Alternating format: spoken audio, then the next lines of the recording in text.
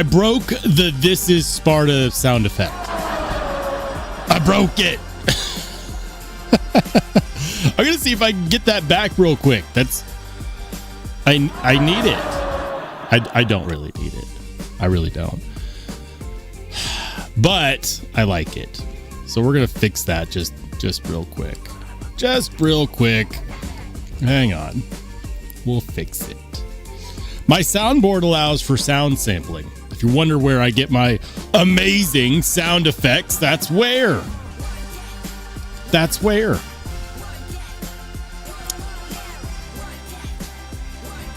I hope I can find it.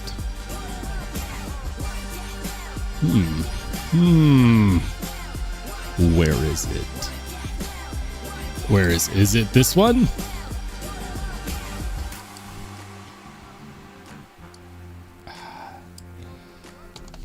You know what? I'm just going to restart my microphone. Hang on.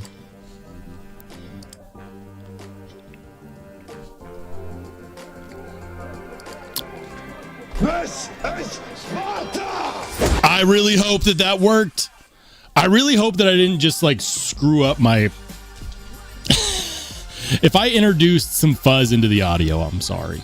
I'm sure you guys will let me know. Ed says amazing sound effects come out of my...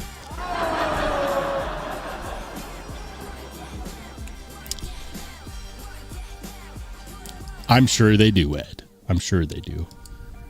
Guys, it's 8:03 Mountain Standard Time here in the great state of Idaho. I have no idea where you are, but here it is popping off. So much good stuff on the way. I can barely contain it. I've been working on an episode that I'm going to try to get out tomorrow because something very important is happening tomorrow. For those of you who have been following me on Instagram or hanging out in the Discord with me, by the way, if you're a channel member and you're not in the Discord, get over there. I've been carrying this guy a lot. I've been carrying buck knives a lot lately, and it's not because I have to, right? It's because I truly enjoy it. At the end of the day, I carry what I enjoy. And when you have so many knives, it's hard because sometimes you get distracted by something sharp and shiny, and you might have a day where you carry one of these bad boys, which is also a knife that I need to make content for. But for the most part, the knives that have been in my pocket have been buck knives, especially this guy right here. This is the buck, excuse me, this is the buck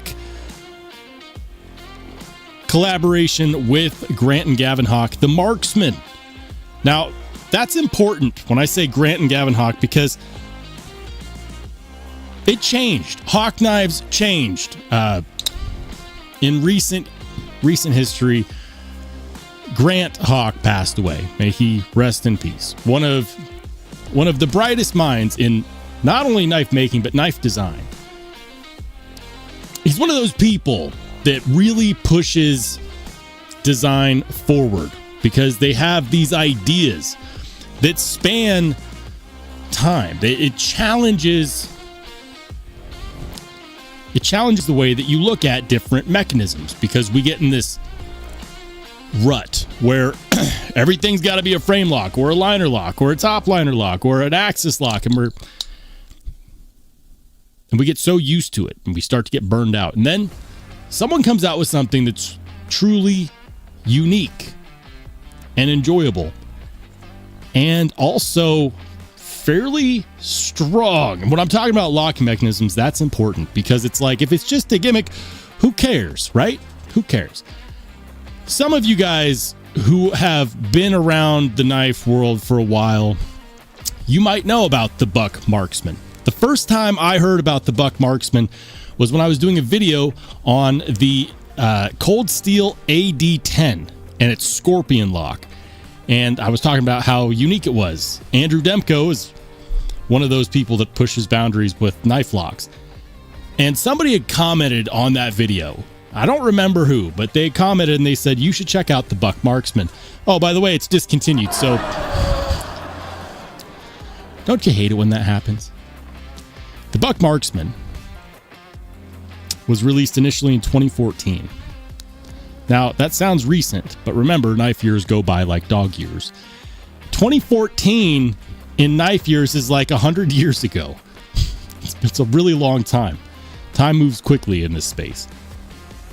They brought it back, to my knowledge, twice for special releases. I want to say they did one in 2017 or 2018, and then they did one last year for the Buck of the Month. They also did the Buck 831 Marksman, which is a Tanto version, which looks fantastic, and I want it. This one, as far as I can tell by my research, they've never done one like this with camo carbon fiber. They've all pretty much been aluminum or G10 and 154 cm, which is totally fine. They weren't expensive knives. This is going to be the most expensive Marksman released to date. But you're looking at a hollow ground coated CPM S35 VM blade, toxic camo carbon fiber scales. And it looks good, guys. It looks good. When you look at the handle scales on this guy, it looks like a rifle stock. It looks like a gun stock. And I might add that this is the best carbon fiber work I've seen out of Buck Knives, period. It's a Hawk Knives exclusive. When are they releasing? Tomorrow in a limited amount at 6 p.m. Mountain Standard Time on hawkknifedesigns.com, which is Hawk's website. We'll go there. They're not up yet. I only know this because they sent one of these out to a photographer on Instagram who's super talented, and he dropped it on his Instagram post that they're releasing the small batch tomorrow at 6 p.m. Mountain. So to give you some idea, at the time of me saying it, it's 8:09 p.m. Mountain Time. I hope that helps with your math. 6 p.m. Mountain is 7 p.m. Central or 8 p.m. Eastern, or 5 p.m. Pacific. I hope everyone that wants one gets one, because I gotta say, this is a super fun knife. Now, my monologue is going on for a while because I promised Gavin that, if he gave me the opportunity to buy one early to make content, that I would try to get my content out by the time it was released, because he didn't give me a time frame. I actually asked him directly in our communications. I was like, could you let me know when they're releasing so I can make sure to have my content up? He did not actually respond to that. He sent me an invoice. Thank you, Gavin, for giving me the ability to buy this one early. It's super awesome. I'm glad that I did. I have no regrets. But I do have some notes on the positive side of things. For those of you who want to see an actual opinion on it, this is my semi-review on the live stream. So bear with me. I'll get to the chat here in a second. First, the good. This blade works best with a deployment hole. They've done versions with and without. The last version that they released for the Buck of the Month, I want to say it was May last year, did not have a deployment hole. It was flipper only. And that's not necessarily a bad thing. Here's the deal. Normally, I'm a deployment hole guy all day. I love reverse flicks. And does it work well on here? Yes, it does. However, this has got to be probably the most satisfying flipper action that I've experienced. And I can say that because I also own a Hawk Talon that I also haven't reviewed yet, but I'm working on it. Love the Hawk Talon. Incredible flipper action. Using the toggle detent? Yeah. But here's the deal. This is utilizing something called the SLS. Now, initially, I thought SLS stood for strap lock system. No, it's strong lock system. What it is you have one metal strap right here, and it connects to the flipper. So when you deploy the flipper, it actually rides up against that strap, and it creates the detent. So what that means is that it's snappy as hell. Unless you don't give it enough force to overcome that detent because it's really interesting. This is not just the lock, it's also the detent. Oh no, I can't edit my live stream to not fumble. Listen, you can actually take this off relatively easy with those 2 screws. Now, if you've seen pictures, you're like, why do you have silver screws? Everyone else's that I've seen has had black screws. I'll tell you why. Because every single model that they've made has had these really crappy hex head screws. This is one of those things that is an easy fix. So easy, in fact, that I fixed it myself by putting in some T8 Torx screws that fit way better. Now, the reason why that's important is because these hex head screws have a really tiny head. How small? Oh, this small. They give you a little tool. So for anybody who's ever tried to tune a detent on a regular knife, you know that sometimes it requires taking the knife apart a lot. On a system like this that is not super common and requires some very fine adjusting here and there, it means you're taking off a lot. And I realized that I needed to actually flip out these screws on the strap when one started to strip. And no, it was not trying to earn money for college. I'm going to watch my viewer count just plummet after that bad joke, but I digress. So that's one of my negatives about this, is that they've never updated those screws. It is ridiculous to me that they have a small hex head to hold in a strap, which you can tune perfectly for your preference on the detent. Now, I'm going to go over this in detail in my video, so I'm not going to give you all the ins and outs now, but just know that you can make this detent perfect. If you want it to engage without failing at all, like you could do that, you're going to make the detent really weak, because to do that, you have to make it so that it can overcome itself without a lot of pressure here. I'm here to tell you that you don't want to do that, because you'll be missing out on the snappiest action ever. Check it out. Just, it's so freaking good. And the sounds that it makes, so freaking good.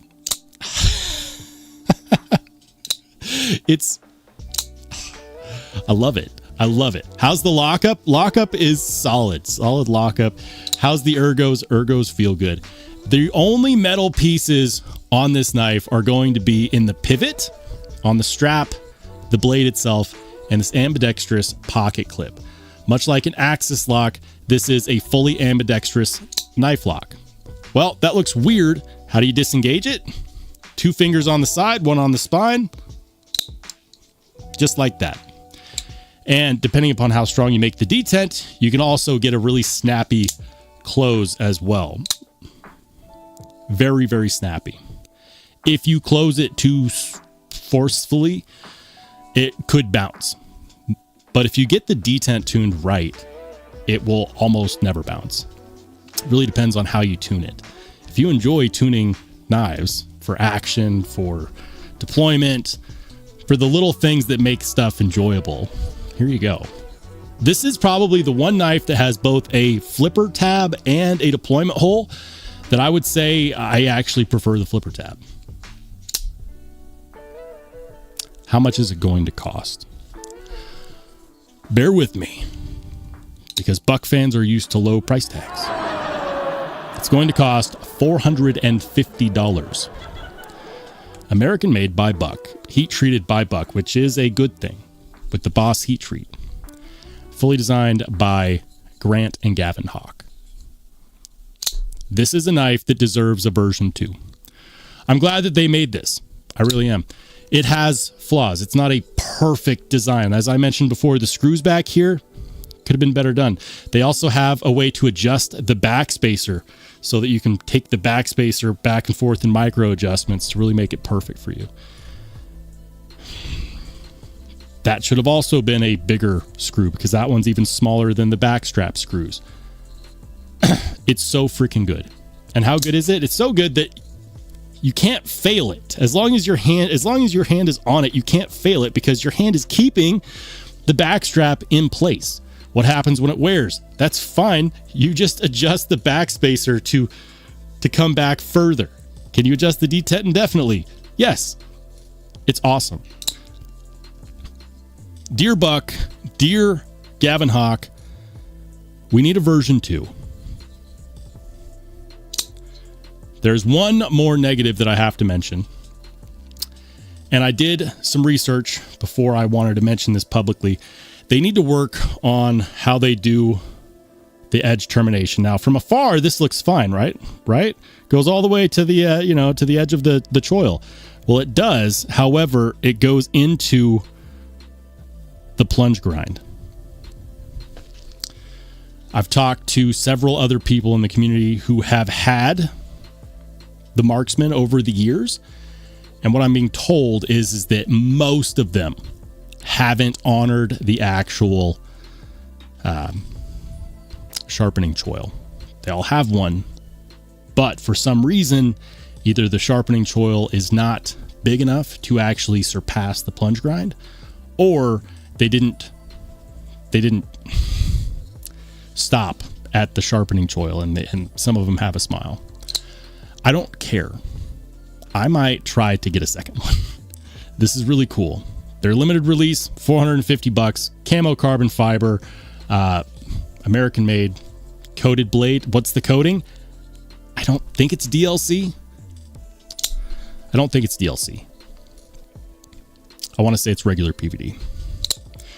Worth buying. 100% worth buying.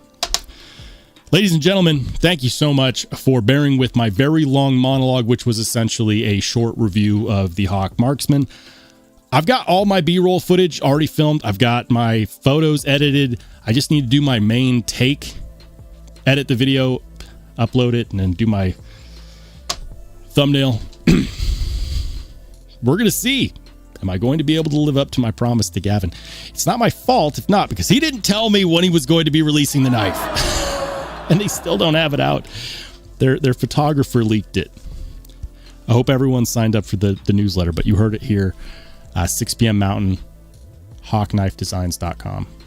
There you go. We're going to say hi to the good people in the chat. What's up, Marco? Stonewall, Henry G, Ground Fog.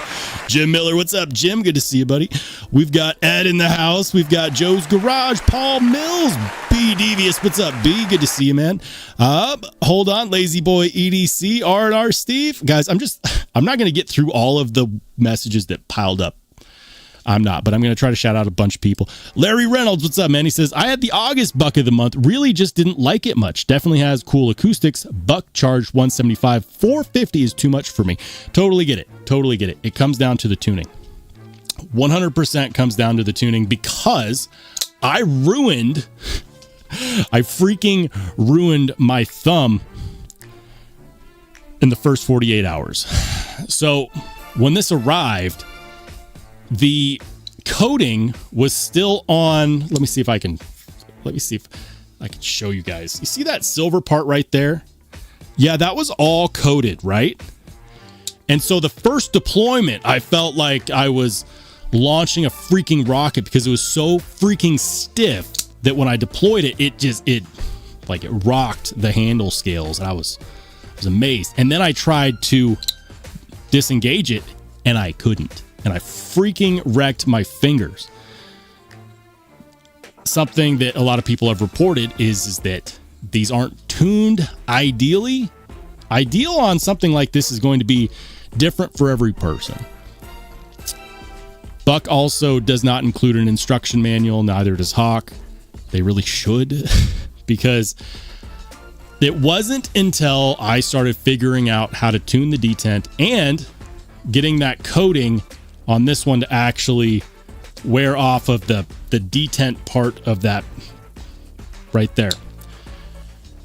And then I figured out, I can find a nice place where it remains snappy, but not so freaking hard on the detent where my fingers feel tortured. And now this knife is hard to get out of my hands, hard to get out of my pocket. Super, super good cutting machine. Very, very addictive flipping action. And it's a limited run. It's not going to be for everybody. $450 is a lot of money. But if you're a collector, if if you like hawk knives and hawk designs, definitely say check it out. Expect a funky sharpening choil situation. This one's not the end of the world. I might just go ahead and get one of those cylindrical files. I forget what they're called. And just widen that out. That's all it needs. That's all it needs. It's not the end of the world. I have seen some where the sharpening choil is not an issue and they do it perfectly. I just don't know why it's not more consistent. I would have asked Gavin, but he wouldn't even tell me what time he was releasing anything. So I digress. All right, what's up, EDC Pocket Tools? He says, on the Nightcore EDC 37 flashlight, those tiny hex bolts strip pretty much immediate. Yeah, no, those should be banned from knife making entirely. And it sounds like probably on flashlights too. Honestly, the game changer for me was taking some, I have a box of spare parts.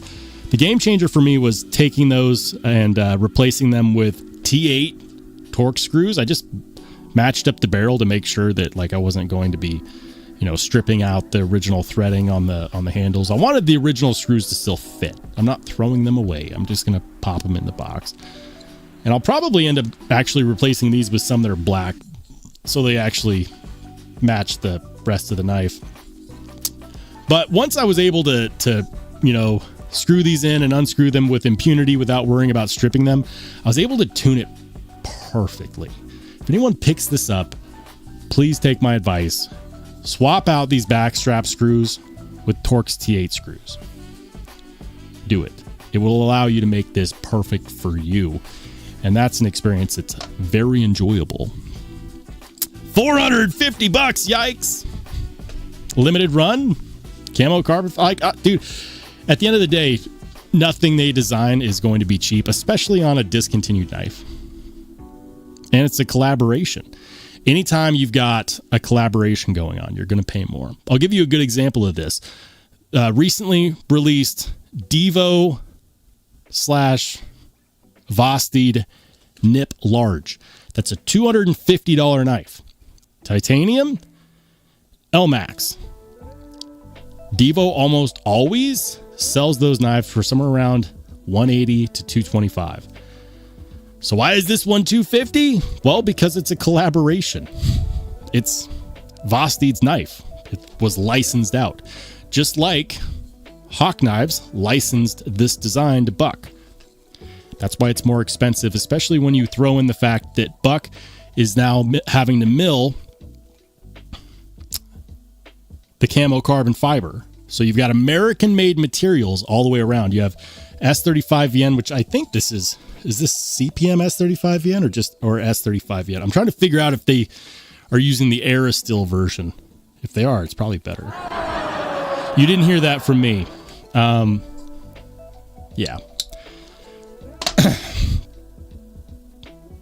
Is it going to be worth it? I don't know. It's all relative. I would be surprised if these don't sell out very quickly. So, I will say this. If you buy it and you don't like it, chances are you could resell it and probably get a little bit more than what you paid for it. If you decided to do that. Welcome in. Good to see you, John. How's it going, man? Joe's Garage says everything has gotten expensive, but for relatively small. Relatively small what? Batch, that's not that bad. Yeah, $450 is decent for a hawk knife. It's an exclusive. It's not... Initially, when I reached out to Gavin, I thought it was going to be a full resurrection, right? No, this is a limited, exclusive run. As far as I'm aware, Buck is not... Buck told me that he said, we're not carrying this knife. All the ones we made for Gavin. We sent them to him. So, limited run... opportunity for collectors to get, in my opinion, what is the best looking marksman ever made. They've done some cool ones. Are we sure Roll hasn't been replaced by an alien? If I was, what planet would I be from? Third rock from the I'm sun. not retarded, but I like rocks. BDV says that buck needs to be 150 to 200. No, dude, not even close. Not even close. The last marksman that they released was 154 CM and G10.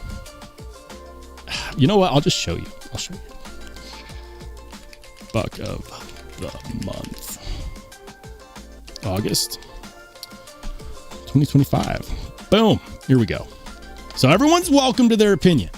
Nobody has to agree with me. But they did a run of 500 of these. 154 CM steel is inferior to S35 VN. Also, this one did not have a deployment hole. It was utilizing camo G10. And honestly, these were going for what? I want to say they were 185, 200 bucks. Somewhere around there. No coating on the blade. Now they're reselling it like 320. I wouldn't buy this one for 320. I have seen some for 250. Yeah, like this one. I was looking at this one yesterday. 154 CM, 258. I would actually consider that. The hard part is this. If we were talking about a knife that was readily available, right? If we're talking about a knife that was readily available, that wasn't discontinued, that wasn't a collaboration with one of the greatest knife designers of our time, or of our history, modern knife design, then yeah, I might agree with you. But considering that when we look at the latest Spyderco lineup, you seen what the new Sage models are going for, the new Spyderco models? And you think you can get that for 150 to 200 with... No. I'm sorry, B. We're just going to have to agree to disagree on this one, man. 150 to 200 would be a steal. That would be a pipe dream and a half. I'd buy like 4 of them. We're just going to have to agree to disagree, my friend. All right.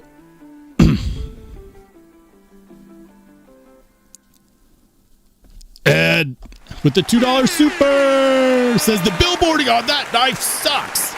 Thanks for the $2 super, Ed. Yeah, I get over it. I got over it on my microtechs too. Would I prefer that it wasn't there? Yeah. You know what's interesting? You know what'd be the perfect spot for the billboarding? Right there on that back strap. That's the attention drawer anyways. Yeah, put it on the back strap. Maybe on a version 2. Maybe on a version 2. Joe says, if they're sending parts to Hawk, what part of the manufacturing is Hawk doing? My understanding is that it's made by Buck, but it's designed by Hawk Knives, or Grant and Gavin Hawk. So the design is Hawk Knives. The manufacturing is Buck. That's my understanding.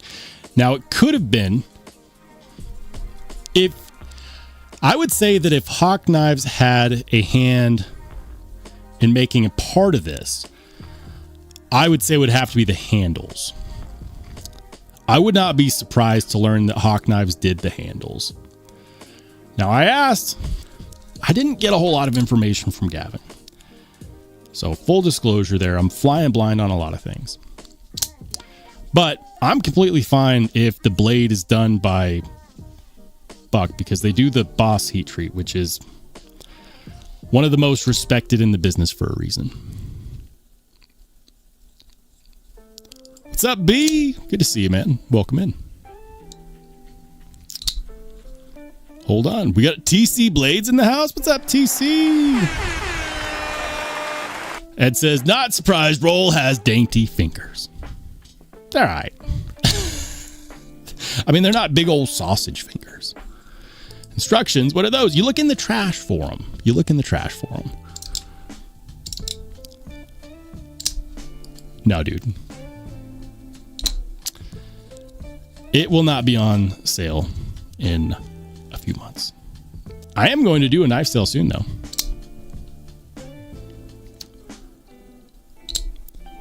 You're a dude. Dudes don't do... Man, you guys came in all saucy today. All kinds of saucy. I'm going to put this knife down. I can't. I'm having a hard time putting it down.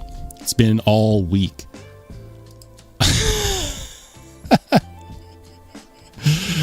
Oh, man.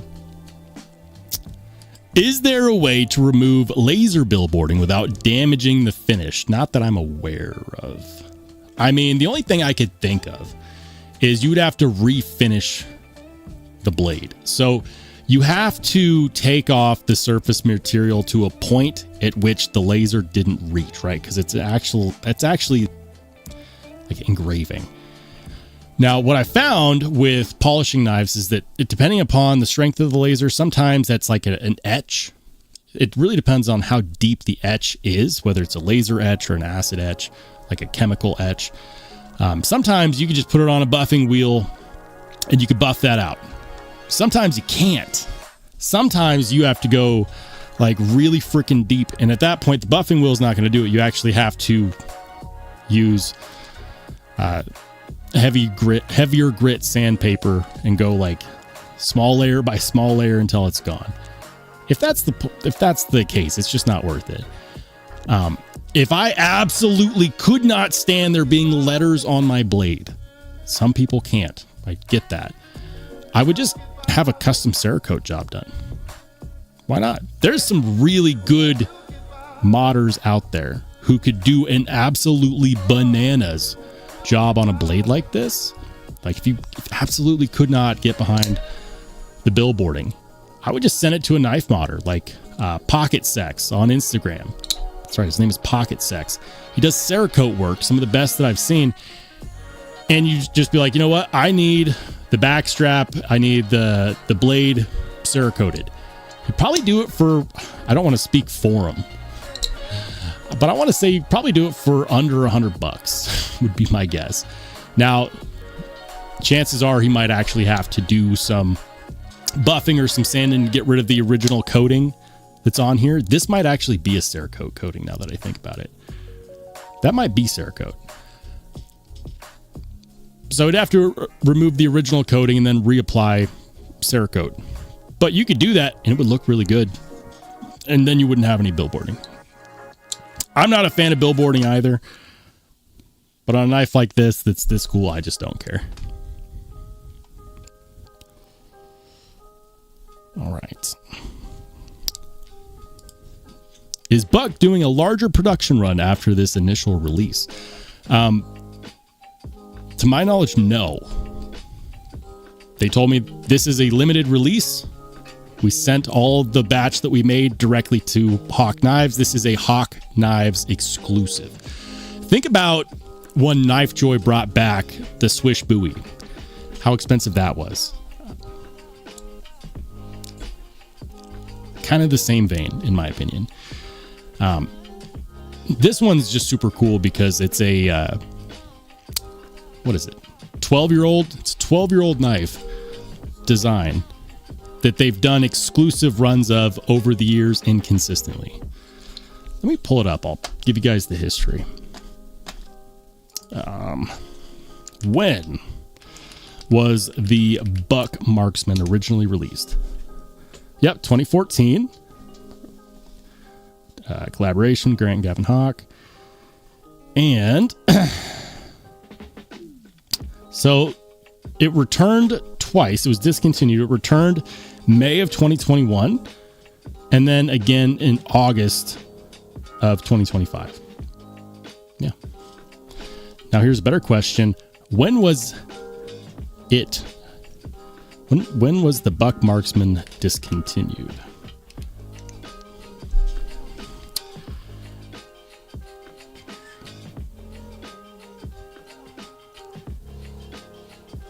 Been discontinued multiple times.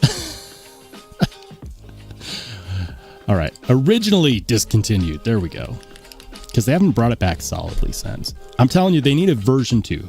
They need to fix the edge termination. They need to fix the screws on the back strap. Other than that, think it's pretty great. It was in the regular lineup for several years. So I think they only had it out for a few years. It's really cool. It's really cool.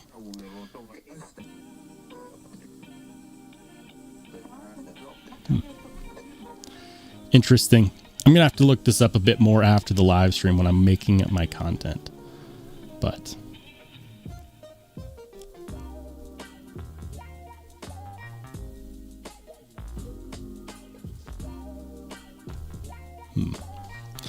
all right.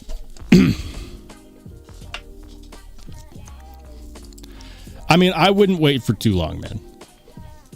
I really wouldn't. Considering the G10 versions are selling for between $250 to $300, they're not going to get cheaper, and I won't be selling this in one of my knife sales. Eagle Scout EDC, thank you for being a channel member for 8 months. All right, I'm going to catch all the way up.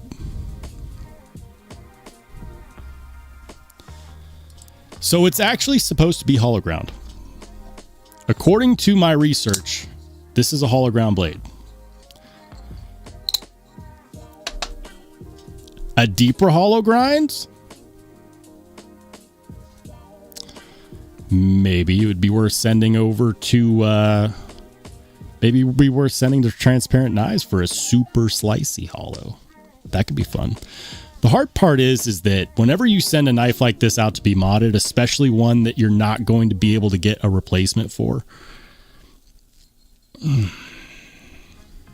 like, it's risky. For example, knife modders do mess up. Even Brian from Transparent Knives has messed up. What do you do when you can't replace it, right? You just end up, what, refunding them? This has some pretty good cutting performance. I would say that it's not the sliciest hollow grind that I've experienced, but it is pretty slicey. Renee, what's up, man? He says, I've wanted a marksman since the first time I've ever heard of it. My wife has Mother's Day and her birthday next month, and my son turns 3 in June, so no knives for me anytime soon. Understandable, Renee. I'm sorry, man. But also, congrats on your son turning 3. I also have a toddler, and as she gets older, things become more expensive. You never know. You never know. Jim says, I just dropped $600 on a bottle of pills. I stretched to get the nip large. Man, those are some expensive meds. Congrats on the nip large, by the way. There have been so many good knives being released recently. I wonder. Basti. Who else got in on the nip large? Let's see. The gray stonewash, which honestly, this one's my preference.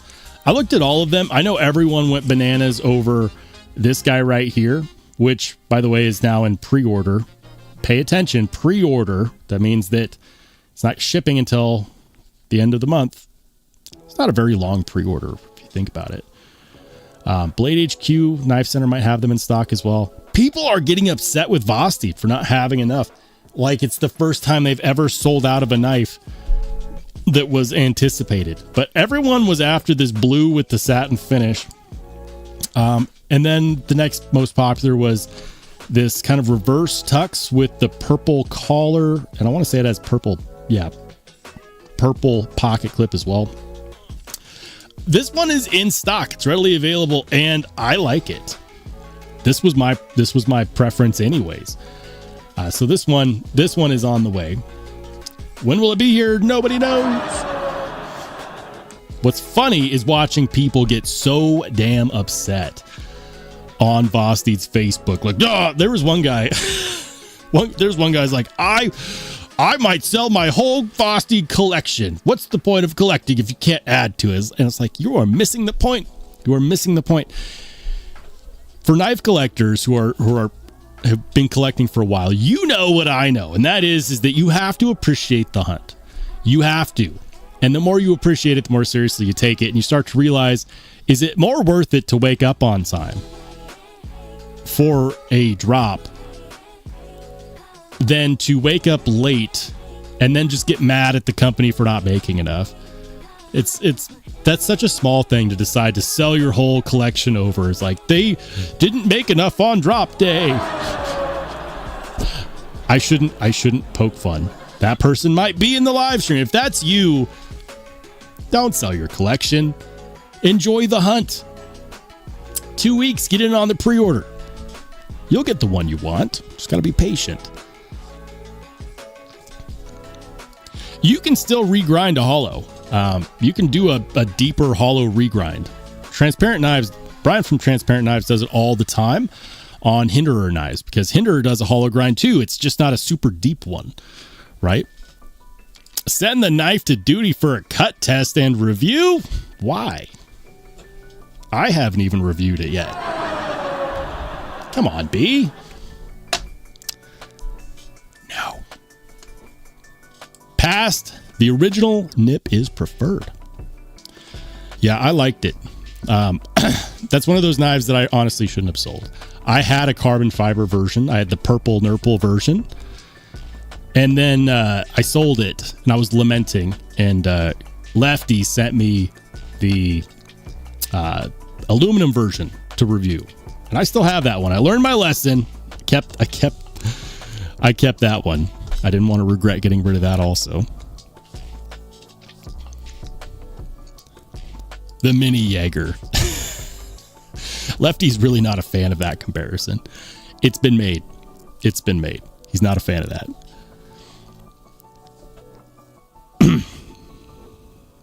I'll say this. I liked the Jaeger. I had a Jaeger V3.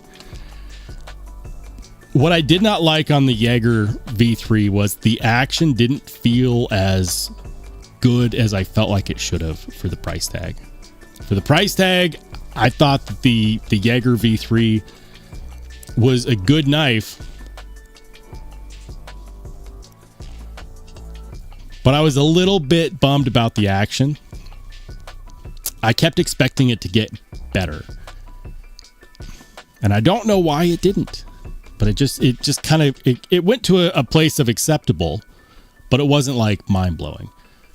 I have a feeling this one's going to be really, really, really good. We'll find out. We'll get it soon.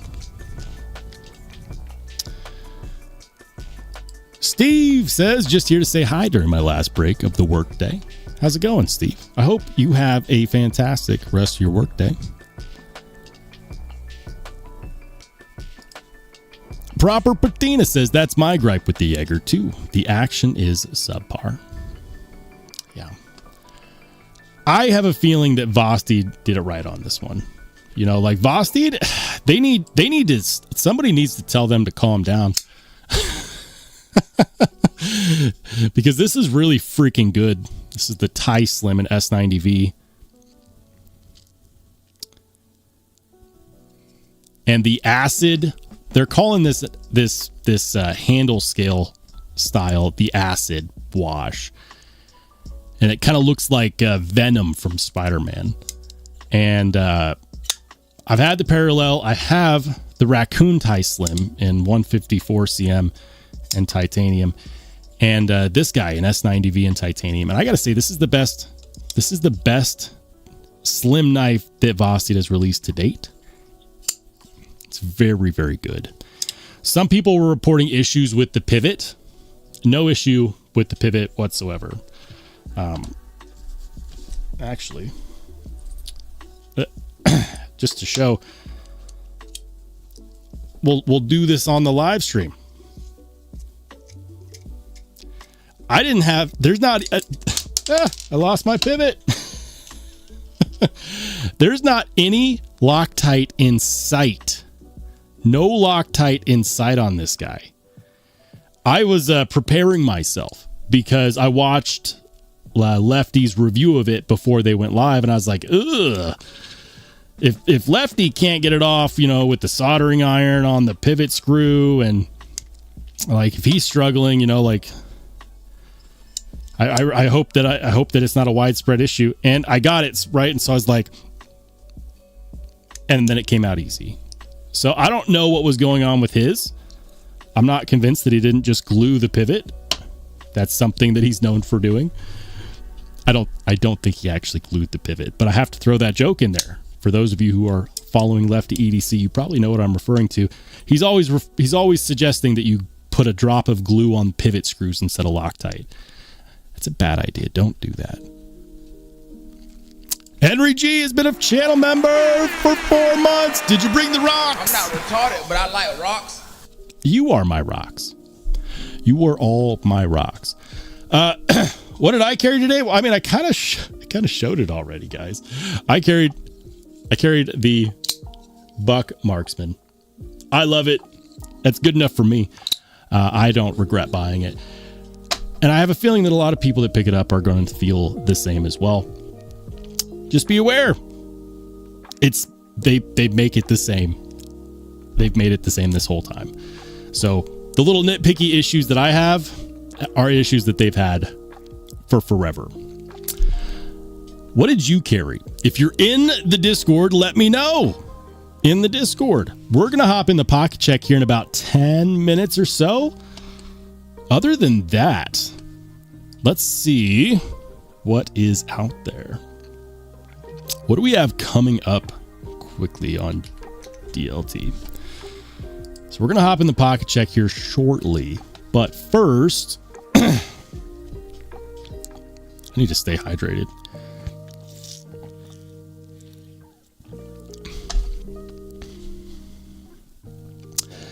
Mini Goblin. Ooh. I was hoping to see if they had some thumb stud versions. They've got a micarta inlay version for $9.55. Damn. That's a lot. C pattern, bright washed, M390.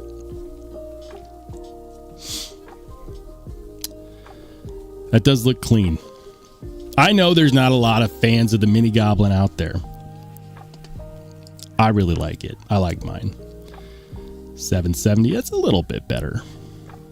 They call that smooth. I see milling lines. How is that smooth? Are you guys seeing what I'm seeing? Those are milling lines. Machining lines. They're the machining lines. All right. They recently released a thumb stud version. Shocker, the thumb stud version sold out. It's too bad. They've got the gas skill knives, arc, auxiliary, fixed blades, Jack Wolf, Pioneer fixed. Well, let's take a look at this. Crosshatch, that does look good.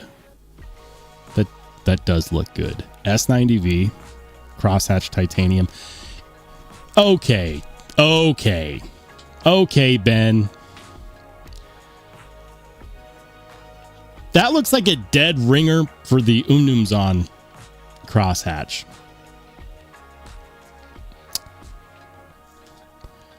I see what's happening here. Umnumzon crosshatch style handle.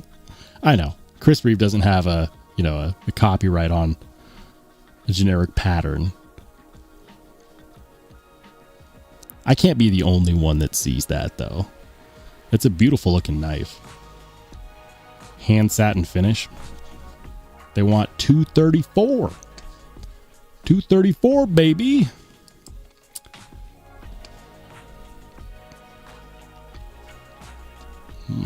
Gunslinger. Yeah. Not for me. What about USA made blade? We're going to hit up the pocket check here shortly, guys. So if you're in the Discord, what I'm doing right now is I'm giving people a chance to pop their pocket checks in the Discord.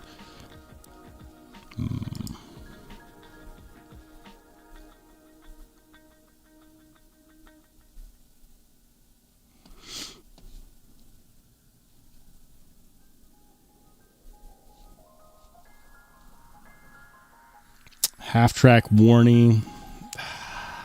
Not seeing it. Not seeing it. Topo McNeese. Oh, you know what? I wonder if he still has them. Lone Star Knife and Supply is a website I've been checking out recently. Only carries American-made knives. He recently got in Dragon Scale McNeese Dixons, and I want to see if he still has some. Oh, he does still have some. That's the one.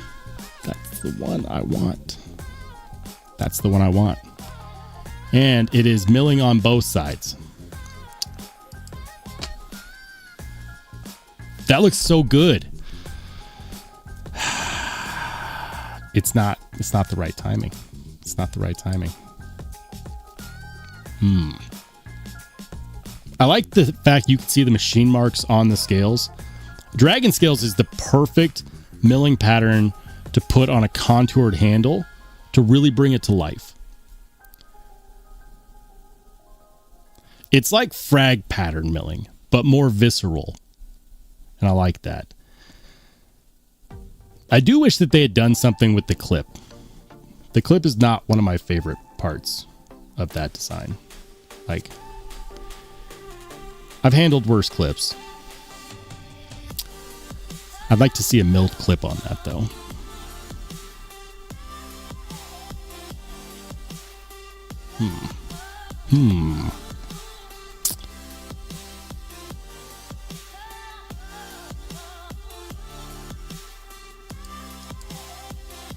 All right. Hey, shout out to Red Black, who's been a channel member for 5 months. This is Patches and Rocks. Patches and Rocks. And you guys are just dogging today. Absolutely dogging. It's okay. Ben admitted the ripped the Zon pattern off, and Steve doesn't care.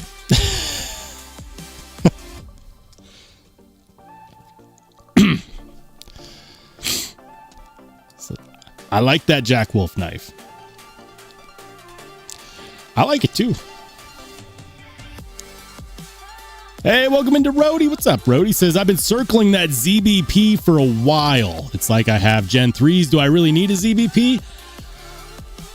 So, one of our channel members was at Blade Show.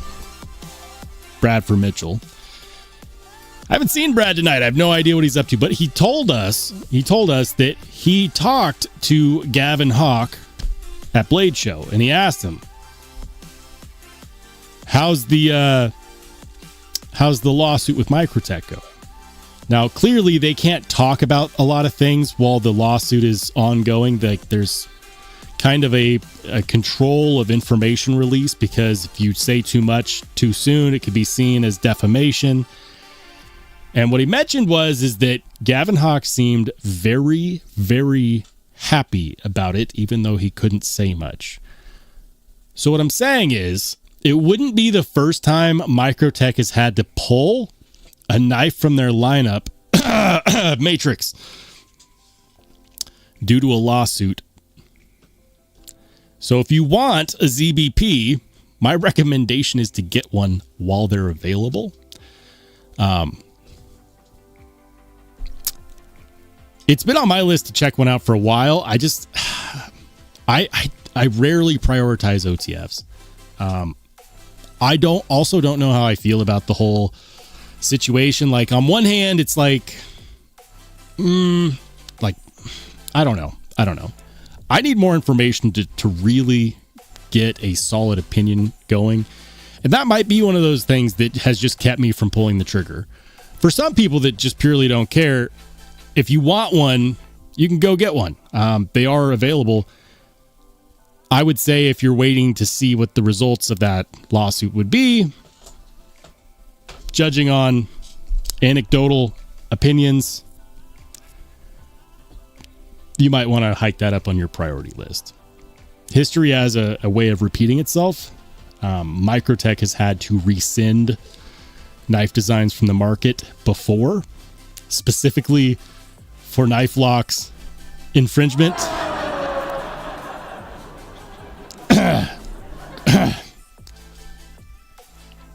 Matrix.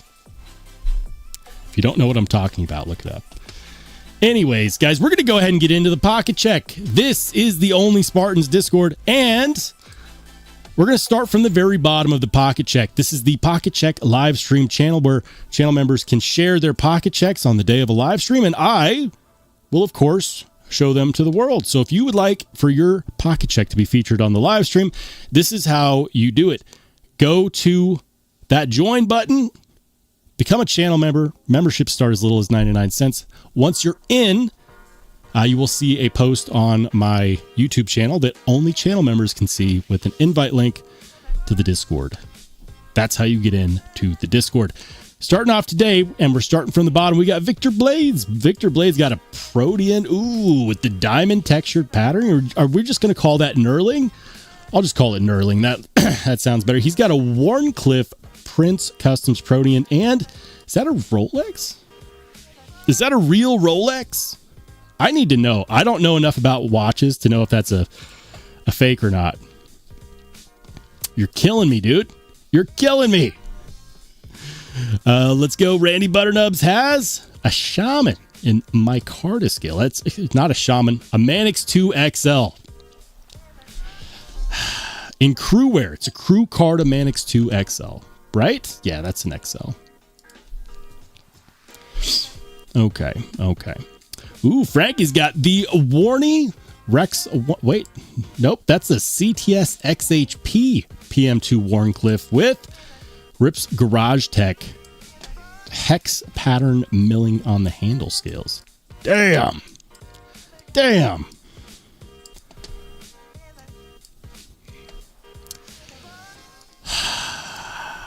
The last time they did a release on these, Rex 121, I had an opportunity to get one. I said I will not because I don't like the look of the Warncliffe. Excuse me. And now every time I see one of these, I end up liking it a little bit more and a little bit more and a little bit more. I don't need one. I've got one right here. I've got a paramilitary 2 right here. DLC. Crew wear. Dark matter red carbon fiber scales. Like, I don't need another paramilitary 2, but word on the street is that they are, in fact, going to be releasing a Rex 121 PM2 Warney again soon. So, people will have another chance. Love that setup with those scales, though. That looks really good with the hexa scales.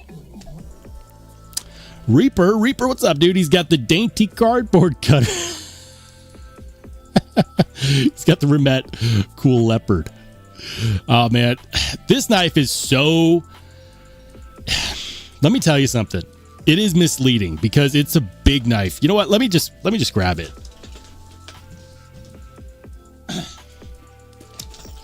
I think this might be Remet's most... I'll get back to the pocket check.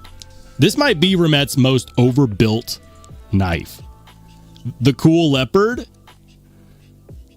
It's a thick boy. And so you see this and you're like, that's not cutting anything. Oh, yes. Oh, yes, it will. In fact, it's because it's a wide blade profile and it comes down to a thin edge. Now, it is a saber grind, so it's not... It had the opportunity, if this had been like a full flat or a full hollow, it had the opportunity to be a lot more slicey. This is way more slicey than it has any reason to be. I think it has a lot to do with the weight behind the spine of the blade. Should I do a live cardboard cut test? Just to show you guys what I'm talking about. I did a video on this, if you haven't seen it. Video did well. I think a lot of people saw it, but...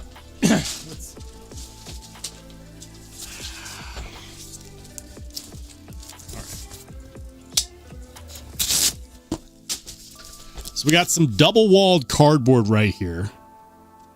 Like it's nothing. And listen, this is not great cardboard. This is flimsy. It's not stiff. It's got tape on one side. This is the kind of cardboard I like to cut with because it's more realistic. Whenever I see a channel that does a cut test with like a stiff, fresh piece of cardboard, I'm like, what are you really testing? Nobody has that experience.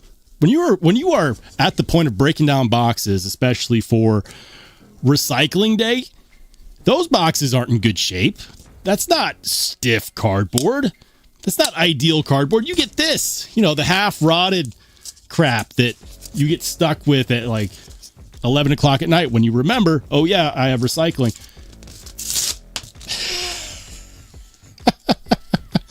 This cuts through double-walled cardboard way better than it has any right to.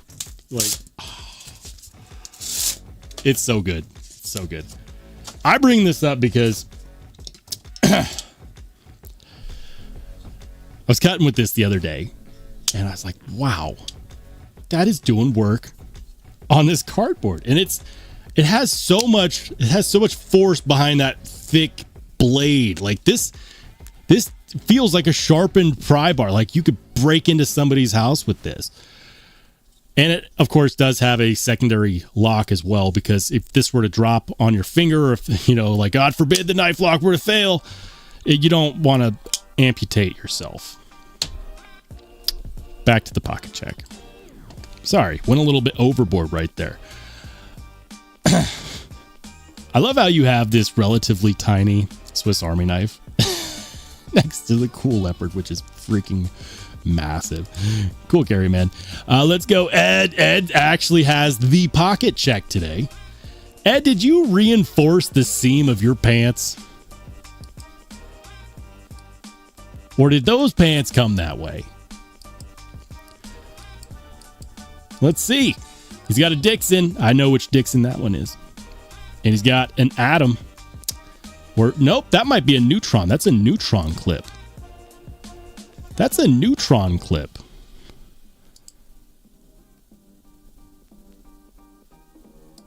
Lizard skin. Ooh. You always do this to me. Then I want wings. I need some wings in my life. I need some wings. John Zagamore's got the Bodacious in S90V and the Applied Weapons Tech limited edition scales. I have never seen those scales before. Are those aluminum as well? Why do they look like they might be titanium?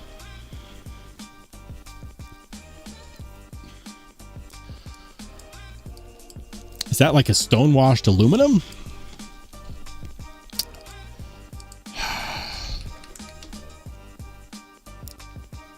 Bodacious titanium scales. I need to find out. Are those actually titanium? Limited Spyderco Bodacious scales. Double agent milling. Anodized. They're not titanium. If they were, they wouldn't be $80. Nope. Aluminum. Damn it. I got excited. And listen, the reason why I suspected they might be is because I saw limited edition and I thought for a second that they looked like titanium. Applied Weapons Tech recently did a titanium pocket clip. So I know that they're willing to work with titanium, just not on the scales. That looks awesome though, dude. That looks really good. Very nice. B. Devious has the Scarab 2 G3 clip point with serrated. I do like the way that they do the Scarab blades, where it's not like it's technically a dagger style blade because it's got a live edge on both sides, but it's not a true, like it's not a regular classical dagger where it's symmetrical on both sides. This is the perfect knife to have a partial serration on, or like a 50-50 serration live edge, because you're never going to really want to have to sharpen this, right? But you'll also have a regular live plane edge. It is kind of a best of both worlds scenario, because with serrations, you always have bite. Always. So if you need to rip through something real fast, like a seatbelt or whatever, you can. If you just want a regular plane edge for, your regular cutting tasks, then you've got it as well. Scarab 2 in this style is actually something I think is really freaking sick. Aaron D2's he's got the HDM by Mayberry. It's a Mayberry custom. Talk about a top liner lock. This is actually a button actuated compression lock. And this is a custom knife that looks really freaking good. The funny thing is I believe it was this one that I actually was bidding in an auction against Aaron on, and Aaron just had more money. It went for way over what I bid. I knew it was going to go higher. That's a beautiful looking knife. Mayberry Customs HDM is freaking sweet. TC with an awesome photo. Look at that. That's the mini cyborg jack and an Oz Rosie XL with the wavy pattern milling. I don't know what they call that. Like, I've heard it. I just forgot. It's not a mini cyborg. That's a regular cyborg, Jack Wolf cyborg, based on the size. Jack Wolf cyborg. Yeah. Cyborg is a cool knife. Dazed, he's got a saber tooth, right? That's a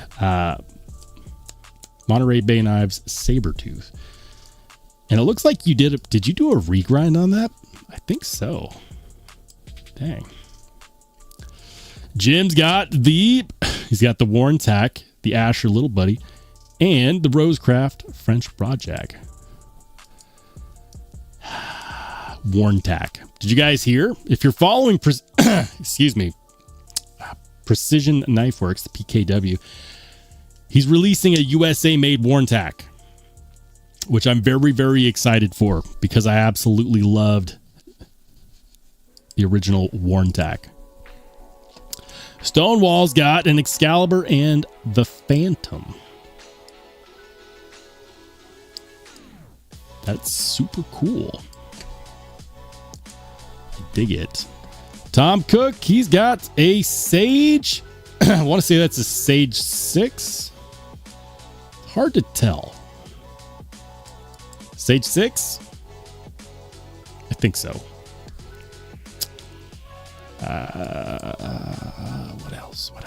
Mark P's got an 80-20.5 Tanto. Look at that. Would you look at that?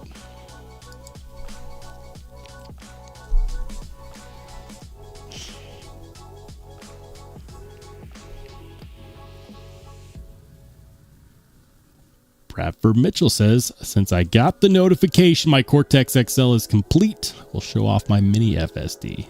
Damn it. Oh, that's gorgeous. That's so gorgeous. And for those of you who wanted a Cortex XL, we actually have one. Not in the knife drops and deals. It's in the knife yard sale.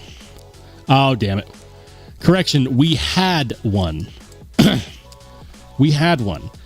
If you guys didn't know, check the knife yard sale channel. People list stuff in here.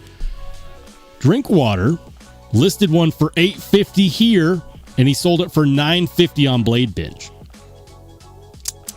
Thanks for the opportunity, Drinkwater. This is actually the same exact handle skill pattern as mine. I looked at it, I was like, man, it's probably a good thing that that's the same spec as mine, because if it wasn't, I would have done bad things. Anyways. Oh, we got a couple more. Roman Craig with a, I don't know what that is. The El Cochino? And yeah. All right, I'm going to catch up back to where I was. I get distracted easily here.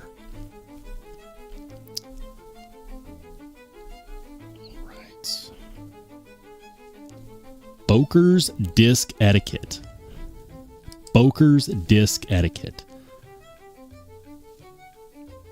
I don't think I've ever seen this knife before. Did I pass by this the first round? I think I did. It's really, really classy looking knife. Oh, Brad. Your mini FSD looks great, by the way. My carry, of course, Buck 112 Slim, Elite, and the Buck Marksman Hawk Knives exclusive. Paperclip's got a couple Spartan Palace knives. One of them in dark matter red carbon fiber, which looks freaking gorgeous. The other one, which is nice and sleek as well, that one in black aluminum, I think. Got a weird pressure thing going on in my head. The Pons has the NAFS OCT and the Andela and K390. There you go. Another Warncliffe blade. Craig Vincent. Look at that shot. Beautiful shot.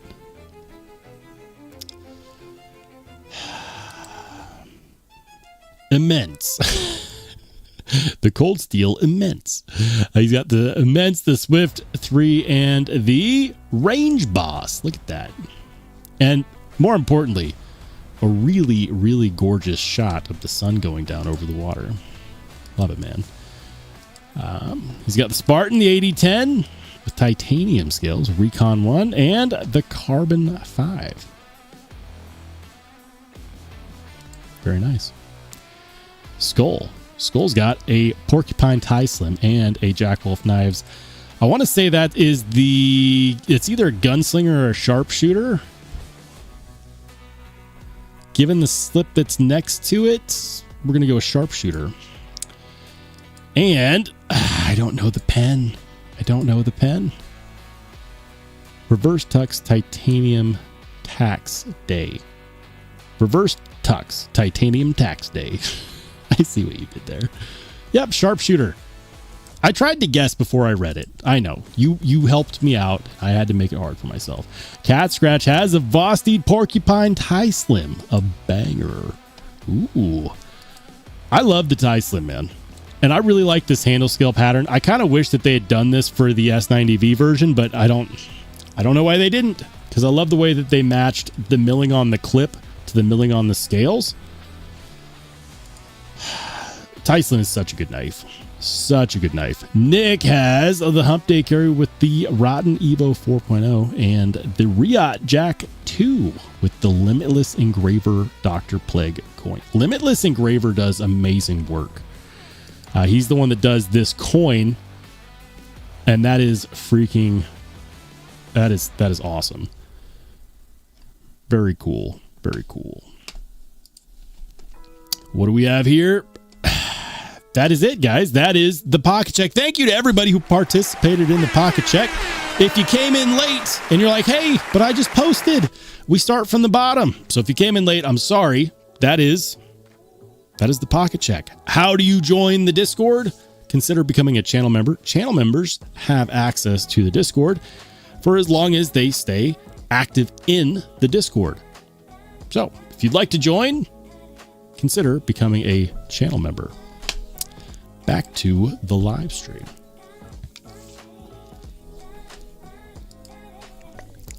B says, I need a full-size OTF as well. I love the mini Heras I have, but I do like those ZBP varieties. Yeah. They have a ZBP variety of a Hera or a Scarab? Do they? I didn't think they did.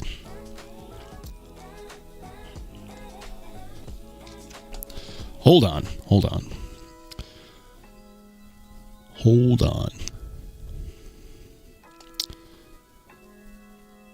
What's up, K Mason? Says, what do you think about a Colorado knife meetup? I was thinking up by that shop in Sedalia. I no longer live in Colorado. I moved, dude. I moved last year, actually.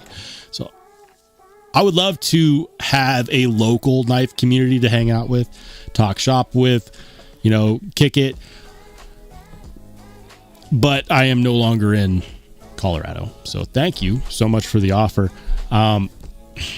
Unfortunately, dude, not in the same zip code no more. He lives in his own private Idaho now. Say goodbye to Colorado. It's true. What's up, Brody? Good to see you, man. He says, call me crazy, but that Scarab be ugly. I'll tell you what, man. Some knife designs are just an acquired taste. Like, for example, Spydercos. Spydercos are one of the most popular knives amongst enthusiasts and people that EDC and use knives all the time. One of the most popular knife companies. Most people start out thinking that they're ugly. So I'll lead with that. Sometimes you just have to experience it to really understand why it's so cool or why you end up actually liking it. And sometimes, you know, in the case of Ed, your opinion just never changes.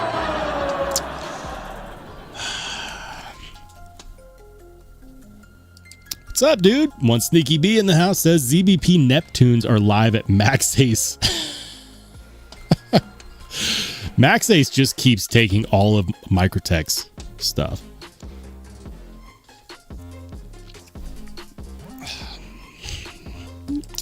Jim says, count me in on the USA War Attack. I've been following it, man. I've been following it. In fact, I'm going to see real quick if we have an update on that. I haven't seen Precision Knife Works in a hot minute.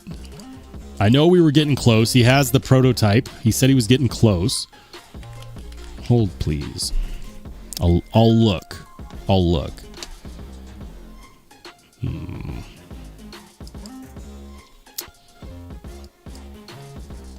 Doing some searchings. We'll see if we can find it.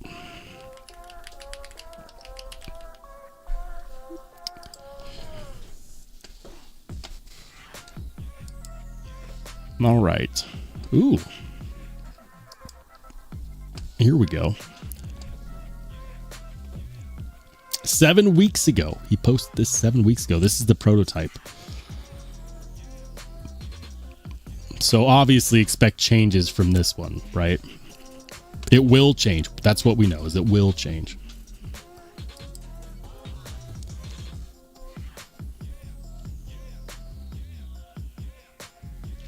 All right. Still in prototype mode, it looks like.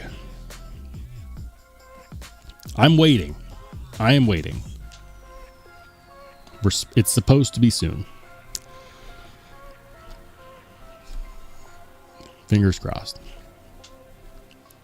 All right. All right, Jim, you have a great rest of your night, man. We will see you on the flip side. Brody wants a Cortex.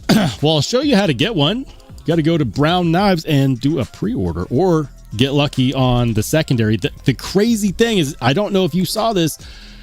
We had one that was going for table price, which is crazy to me, but we had one that was going for table price in the knife yard sale channel today. Just to give you an idea, he listed it. Drinkwater listed this one. This one is the same spec that I have. Same exact spec that I have.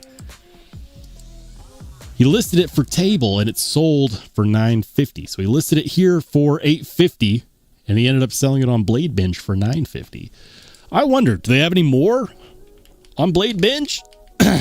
Blade Binge is, a lot of times the prices aren't that great on like the collector level knives just because Blade Binge takes a percentage. So let's do this. Cortex. Come on, Cortex. Do we have any on the binge?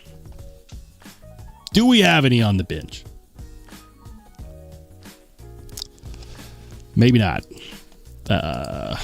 Brown Knives. Brown Knives LHC? $800? What?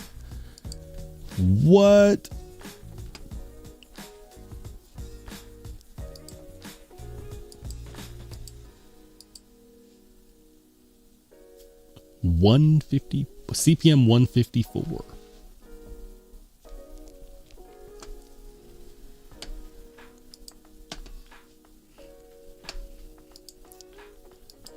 I don't think I've seen one of these on the secondary before. I also haven't looked for them. So, granted, Brown Knives Mini FSD $975.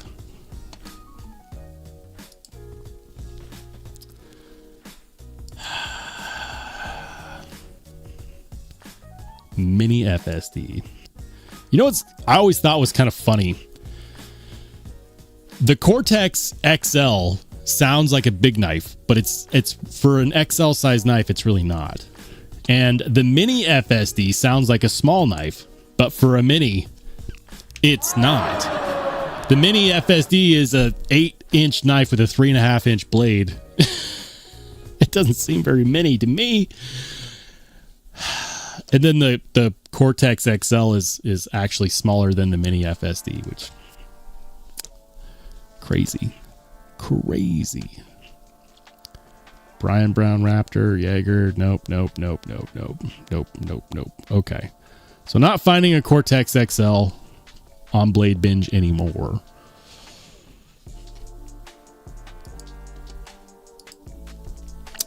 Brown knives.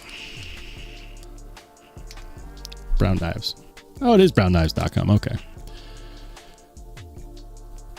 So Craig Brown of Brown Knives does pre-order drops occasionally. The table price for a MagnaCut variant is $850.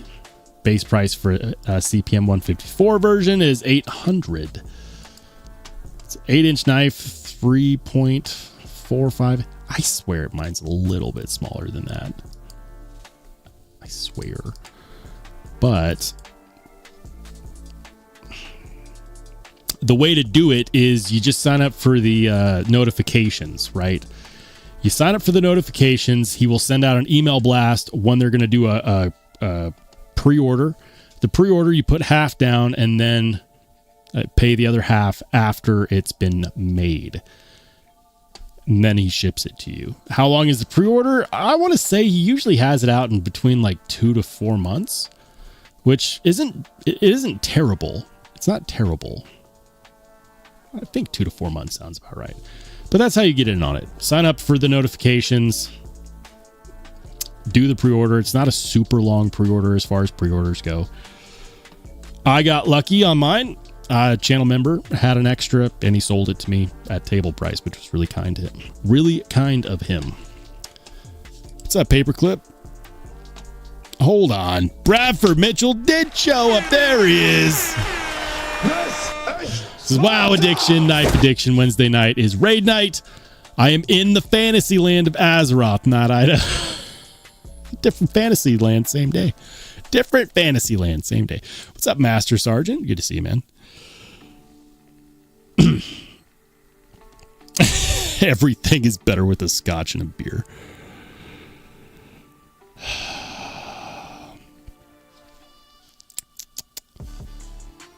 Why would you get 154 for 800 instead of MagnaCut for 50 more?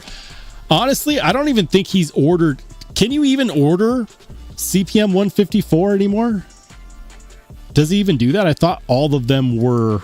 I thought they were all MagnaCut. I thought they were all MagnaCut. I could have swore that they were all MagnaCut. Ooh. There was something I wanted to talk about today. I wanted to talk about the Steel Labs because it's HRC Steel Hardness Lab. There we go. For the record, I do think this site could be easier to navigate. It's just not. It's just not. I was looking at one today.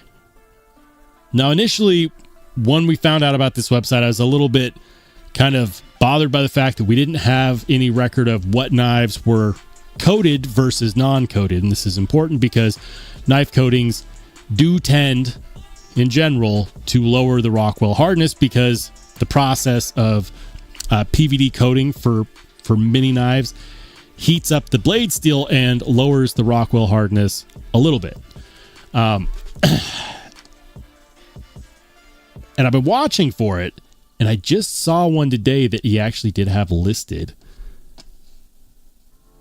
as coated. So I wanted to pop in here and see if we could find more. I was going to look for low tests specifically. Low tests specifically. Let's see.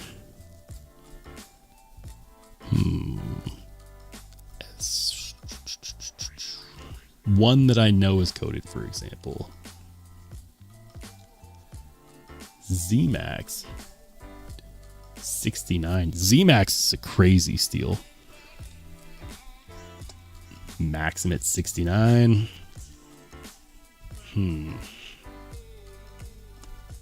15V. Come on, where are you? Looking for it. Magnamax at 65. That's just crazy. MagnaCut 64. What I'm looking for is S90V. Come on now. Or we'll just go down here to steel types. We'll do S90V. S30V, S90V. There we go. S90V. So on top for S90V, for what Steel Hardness Labs has tested, Shirogorov is currently the king with an insane 64 Rockwell hardness test. That is bananas. Absolutely freaking bananas. Spyderco, also not far away, 63.5 with S90V. But if you go all the way down here to the bottom, you also have Spyderco with 58.5. That is absurd, because that's nearly that's a 5-point spread on something like Rockwell hardness. A 5-point spread is insanity. And so if you were, without context, if you were to look at this and be like, what the hell is Spyderco doing? Is that one a lemon? That one should have been on a, that should have been a seconds knife maybe. But if you look at it, if you pull it up, check this out. It's now in the notes section. DLC coding. Look at that. So, this is the first one that I noticed where Steel Hardness Labs is now officially listing when knives are coated. Thank goodness. Now, this is relevant because I'm going to be doing some more educational type Steel Snobs videos here soonish. We'll see. But I plan on using data from this website, and now that that's there, that will actually help with the data. So very, very excited about that. Bradford Mitchell says, I ordered my Cortex XL on 2/13 and got my invoice for the rest of it today. Nice, man. So that was what, 2 months? Yeah, 2 months. It's pretty good. It's already being shipped after I paid. Nice, man. Congrats, man. Super happy for you. Love my Cortex XL. As far as craftsmanship goes on American Midtech knives, the Cortex XL is a knife that has a lot of work done by hand. The hollow grind on a Cortex XL is done by hand, whereas on a lot of Midtech knives, the blade grind, the primary bevel, is done by like a CNC machine. So to know that Craig Brown actually does those hollow grinds himself, and they're so damn good, it's one of my favorite things about the knife.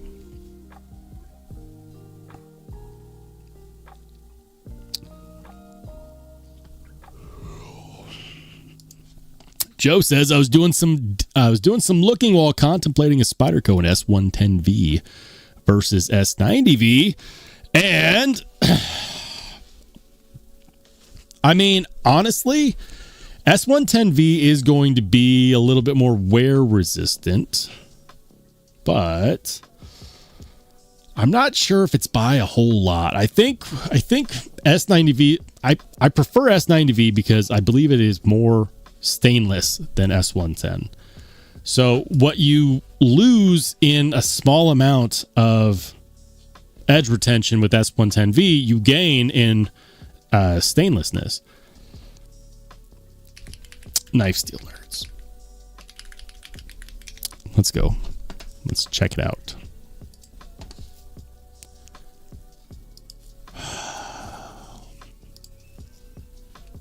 I know. I'm just going to find it real quick.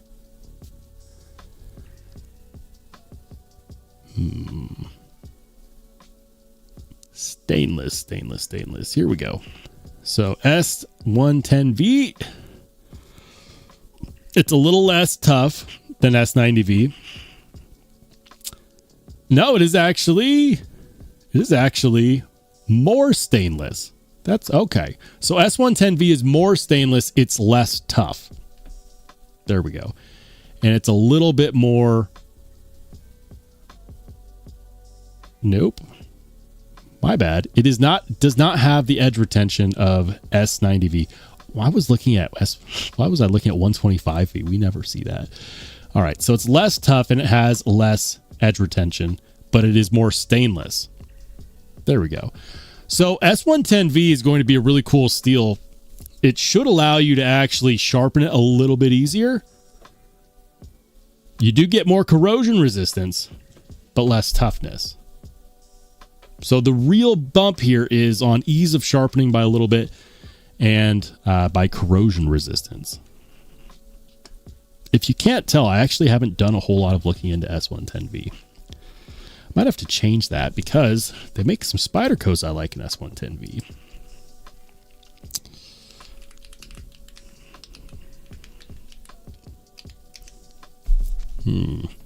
Military model.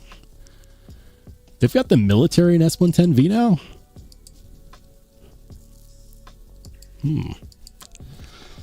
Might have to check that out.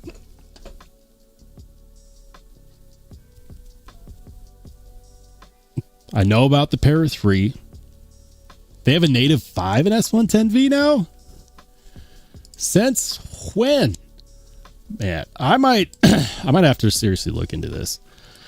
I don't need more Spydercos, but they always end up coming back. S90V is all anyone needs, unless you're chopping wood. Let's be realistic. At this level, none of us are buying knives because we need them. If it was all about buying a knife because you need it, there you go, right here. Buck 112 in Magna Cut. Deep hollow grind, super carry friendly with pocket clip, which is weirdly controversial. I don't know what to tell you guys. My most carried knife this month is easily the new Buck 112 Slim Elite Heritage in Magna Cut. It's releasing May 11th. Super classy knife. Love this thing. Absolutely love it. People will say, well, I can't carry a knife I can't open and close one-handed. Well, I mean, I do it all the time. It's not rocket science. Well, I don't want to do a blade drop. Well, then do a slow roll. I don't know what to tell people. It's just a really good carry knife. May 11th. May 11th. The Buck 110 and 112 Slim Heritage Elites in Magna Cut will arrive. They will probably have plenty, I'm assuming. I love it. Guys, I'm going to go ahead and call it a night. You guys beat me up over my love for the the new Buck Marksman, which is a Hawk Knives exclusive. They brought back a discontinued knife, a relic of 14 years ago, 12 years ago, discontinued, but brought back in toxic camo carbon. It'll be available tomorrow on hawkknifedesigns.com, 6 p.m. Mountain Standard Time. I don't want to hear anybody complaining about missing it. I want to hear no complaints about people missing it. I've mentioned it like 4 times tonight. Mentioned it on the Discord. If you want one, be ready. They will sell out. They'll be gone. And the rest will just be waiting for stuff to hit the secondary, and anything that does show up will be from scalpers. You've been warned. Guys, we'll be looking to go live again on Saturday at 8 p.m. Mountain, which is 10 p.m. Eastern, which is 7 p.m. Pacific, 9 p.m. Central. That's all I got. Have a great rest of your week. See you guys Saturday.